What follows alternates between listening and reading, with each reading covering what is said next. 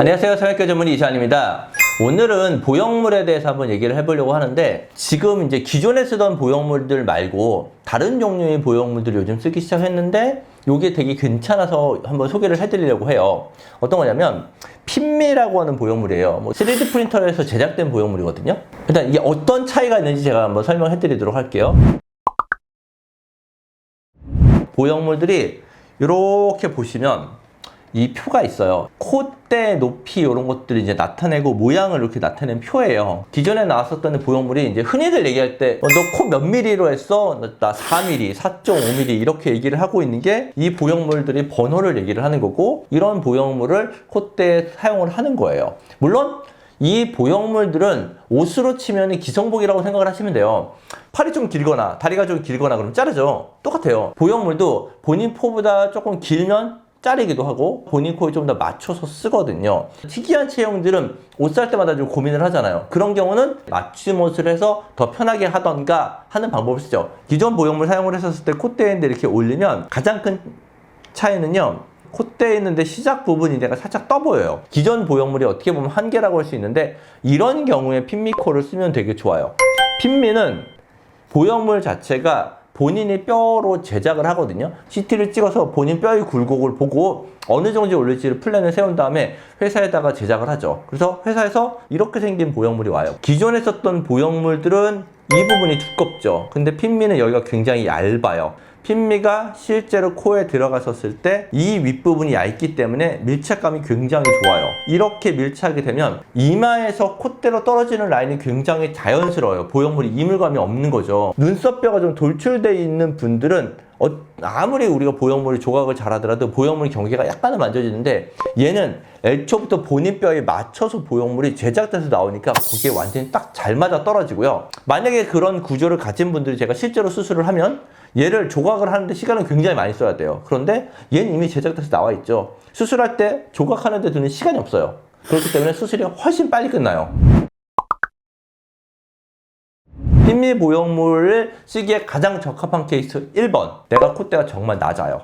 게다가 피부도 굉장히 얇아요.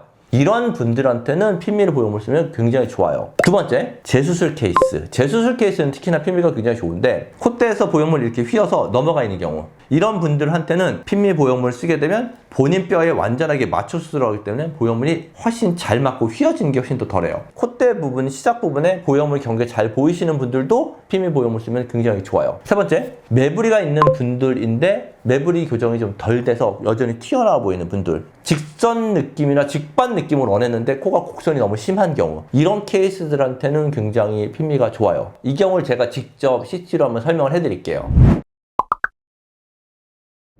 이런 코의 형태가 전형적으로 핀미코를 했었을 때 되게 좋은 형태예요. 어떤 형태냐면 눈썹뼈 이마인이 좀 튀어나와 있죠. 눈보다 콧대가 더 낮아요. 이 코를 약간만 돌려보면 이런 느낌이에요. 눈썹뼈에 비해서 엄청나게 뒤로 많이 들어가요. 이런 코의 형태들은 일반 보형물을 사용을 했었을 때 보형물이 약간 떠요. 이 뼈가 엄청 많이 휘었어요. 그리고 이 부분까지 콧대가 별로 없는 거죠. 콧대랑 코끝이 올라가게 되면 이 콧대에 쓰는 보형물이 엄청 생각보다는 높아야 돼요. 그런데 이 뼈의 위치도 안쪽으로 엄청 많이 들어가 있고, 이 밑으로 갈수록 또 되게 두꺼운 걸 사용을 해야 되는 거죠. 기존에 나와 있었던 보형물을 써서 수술을 하면 이 곡선 느낌이 굉장히 강하게 돼요. 나는 직선 느낌이나 직반 느낌이 좋아 하시는 분들은 일반 기성 보형물 쓰면 곡선 느낌이 너무 남아서 조금 아쉬우신 분들이 있어요. 그런 경우에는 핀미코를 보형물을 쓰는 게 훨씬 좋습니다. 재수술 케이스는 제가 사진으로 한번 설명을 더 해드릴게요. 이 사진에서 보이는 분이 딱 전형적으로 핀미코를 쓰면 되게 좋은 케이스예요. 첫 번째, 콧대에 있는 보형물 경계 보이고요. 두 번째, 보형물이 약간 옆쪽으로 휘었어요. 그리고 콧대 부분이 여전히 약간 들어가 보이는 느낌이 있고요.